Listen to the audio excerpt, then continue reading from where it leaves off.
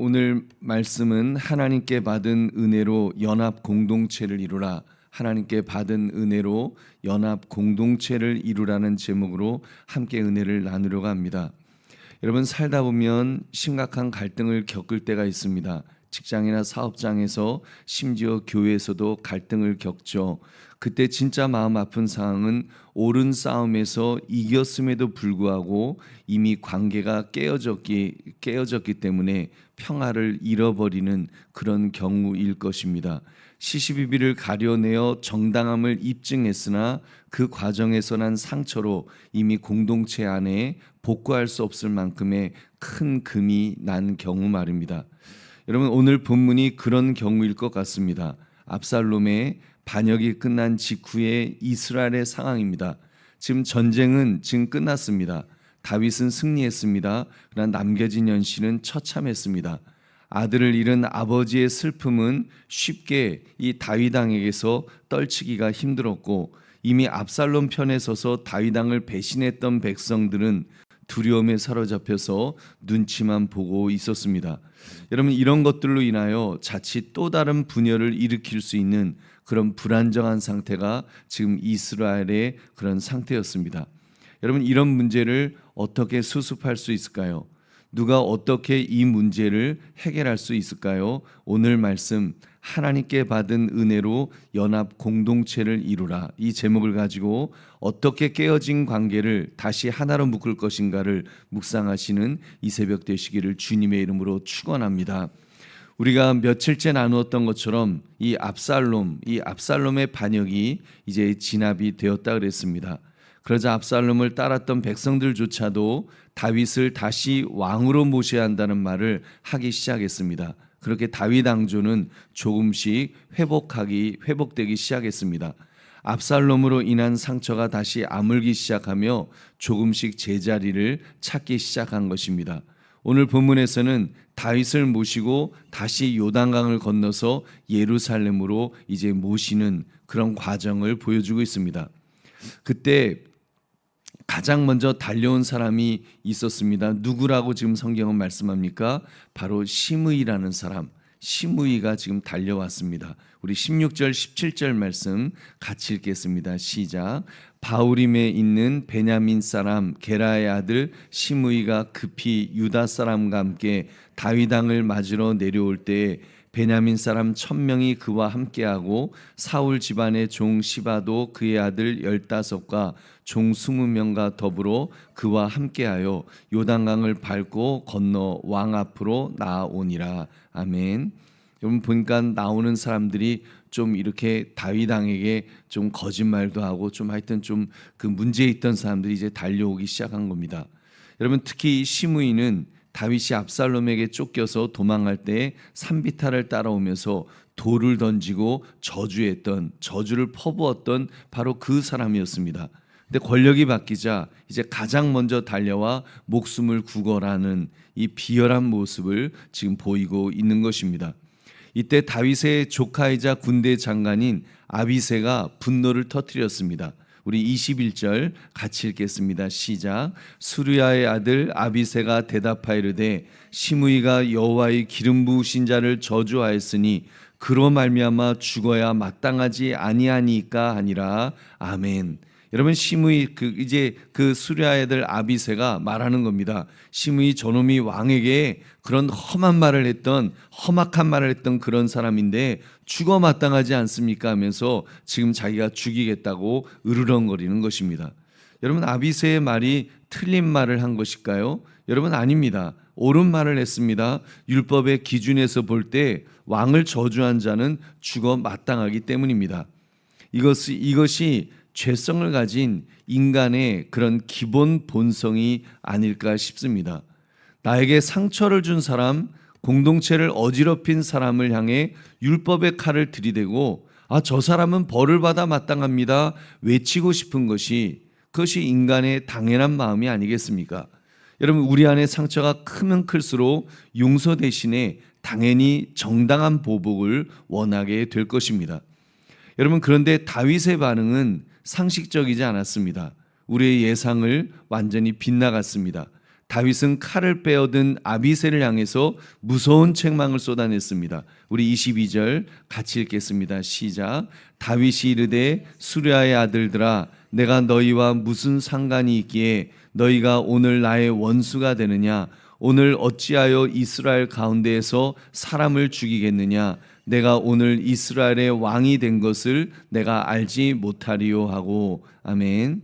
여러분, 수르야의 아들들아 너희가 오늘 나의 원수가 되느냐? 오늘 어찌하여 이스라엘 가운데서 사람을 죽이겠느냐? 이 좋은 날 왜 사람 죽이게 하느냐? 지금 그런 이야기를 하는 겁니다. 여기서 다윗이 아비새를 향해서 쓴 이 원수라는 이 히브리어 단어는 사탄을 가리킵니다. 아비새가 형제를 향해 정죄의 칼을 들었던 그 율법주의적이고 보복적인 태도에 대해서 하나님의 은혜를 가로막는 지금 사탄적 행위라고 지적했던 것입니다. 여러분, 그리고 사실 이 상황이 얼마나 아찔합니까?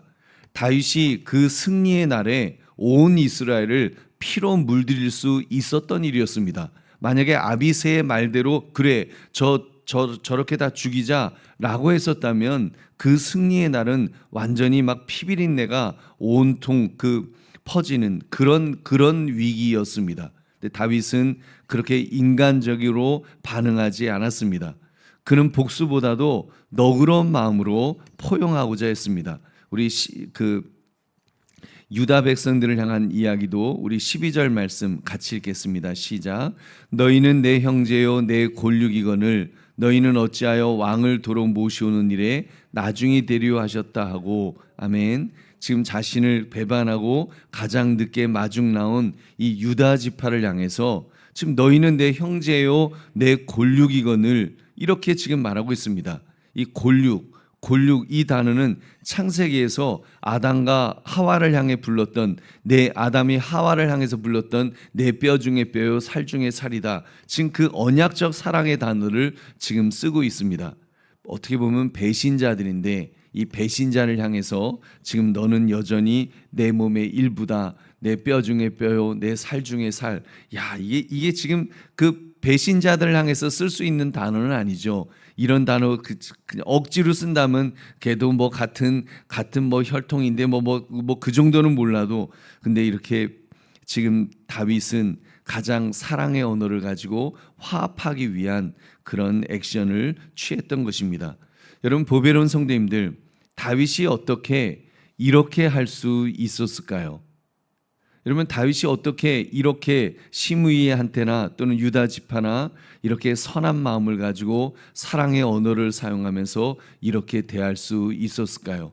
사실 어떻게 보면은 서운해서 그 화가 나서 나를 갖다가 니네들이 배신할 수 있어? 나를 갖다가 저주할 수 있어? 내가 이제 정권을 잡았으니 이제 니네들부터 그 처리하겠다 하고 그렇게 하는 것이 어떻게 보면 보통 왕들의 모습이죠.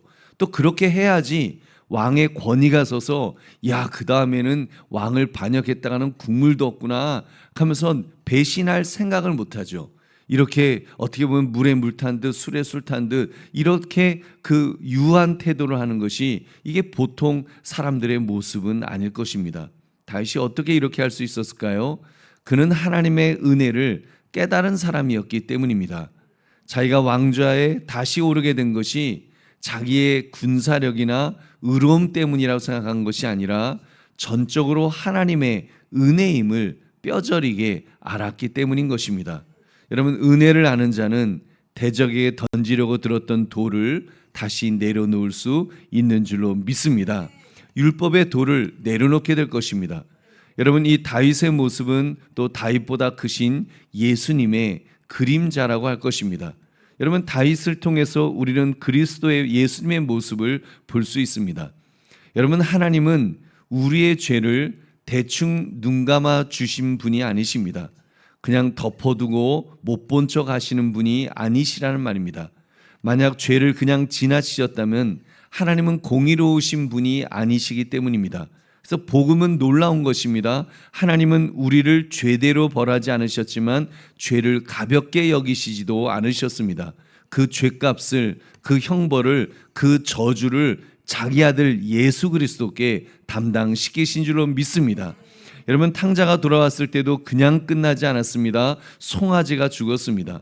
누군가 대신 죽어야 했습니다. 마찬가지로 내가 살아난 이유는 내 회개가 충분해서가 아니라 예수님이 내 대신 죽으셨기 때문인 줄로 믿습니다. 예수님의 용서는 그래서 값싼 용서가 아닙니다. 공의를 만족시키신 용서입니다. 십자가는 사랑이면서 동시에 그렇기 때문에 심판인 줄로 믿습니다. 그러므로 하나님이 나를 죄대로 벌하지 않으신 것은 죄를 가볍게 여기셔서가 아니라 예수님이 내 대신 그 벌을 받으셨기 때문인 줄 믿으시기 바랍니다. 보배로운 성도님들, 그렇다면 우리 자신을 한번 정직하게 나의 영혼을, 내 자신을 한번 들여다봅시다. 나는 어떤 사람이라고 생각하십니까? 내가 과연 다윗의 곁을 지켰던 그런 충신이라고 우리가 자부할 수가 있을까요? 여러분, 아닙니다. 우리는 왕이신 하나님을 배신했던, 어떻게 보면 유다 지파 같았고 예수님을 향해 돌을 던지며 조롱했던 시므이 같은 자였습니다.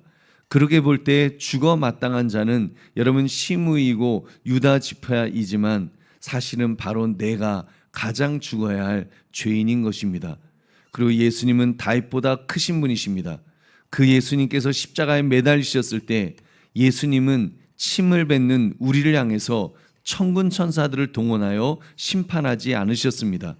오히려 그 모든 저주의 돌을 자신의 몸으로 다 받아내시면서 이렇게 기도하셨습니다. 아버지, 저들의 죄를 사하여 주시옵소서. 저들이 알지 못하여 저희를 했다고, 그 알지 못함이라고 그렇게 기도해 주셨습니다. 여러분, 주님은 십자가의 보혈로 우리의 모든 죄를 도말하시고 더 이상 기억하지 않겠다고 선언하신 것입니다. 반역자인 우리를 그렇게 용서해 주신 줄로 믿습니다. 그리스도의 피로 씻어 주셨습니다. 여러분, 교회의 지체 곧 주님의 뼈와 살로 그렇게 우리를 삼아 주신 줄로 믿습니다. 여러분, 우리는 이 엄청난 은혜와 사랑을 받았기 때문에 여러분, 우리도 참으로 오늘 이 다윗의 모습처럼 그렇게 우리 하나 되는데 우리가 함께 하시기를 주님의 이름으로 축원합니다. 말씀을 맺습니다. 여러분, 전쟁이 끝났다고 지금 공동체가 저절로 하나 되는 것이 아니었습니다. 문제가 지나갔다고 마음의 상처가 자동으로 회복되지 않습니다. 오늘 본문은 분명히 말씀합니다.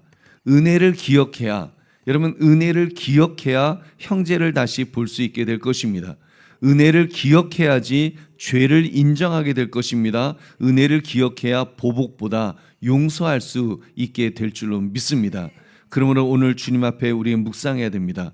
내가 공동체를 깨뜨리는 사람이었는지, 내가 세우는 사람이었는지 내 자신을 돌아보고 내가 형제를 가족처럼 여겼는지 아니면 원수처럼 여겼는지, 내가 칼을 쥐고 있었는지 아니면 은혜를, 정말 은혜로운 사람으로 은혜의 영향력을 끼쳤는지, 여러분, 은혜로 회복된 여러분, 우리는 은혜로 공동체를 다시 세우는 자가 되어야 될 줄로 믿습니다. 십자가로 용서받은 우리들이기 때문에 우리 또한 용서로 하나 되는데 앞장서야 될 줄로 믿습니다. 여러분, 주님이 나를 품어주셨기 때문에 여러분, 나도 우리 형제들을, 자매들을 우리도 또 사랑으로 그렇게 품어야 될 줄로 믿습니다. 그러므로 사람의 힘이 아니라 하나님께 받은 은혜로 다시 하나 되는 그런 공동체를 만들어가는 저와 여러분 되시기를 주님의 이름으로 축원합니다.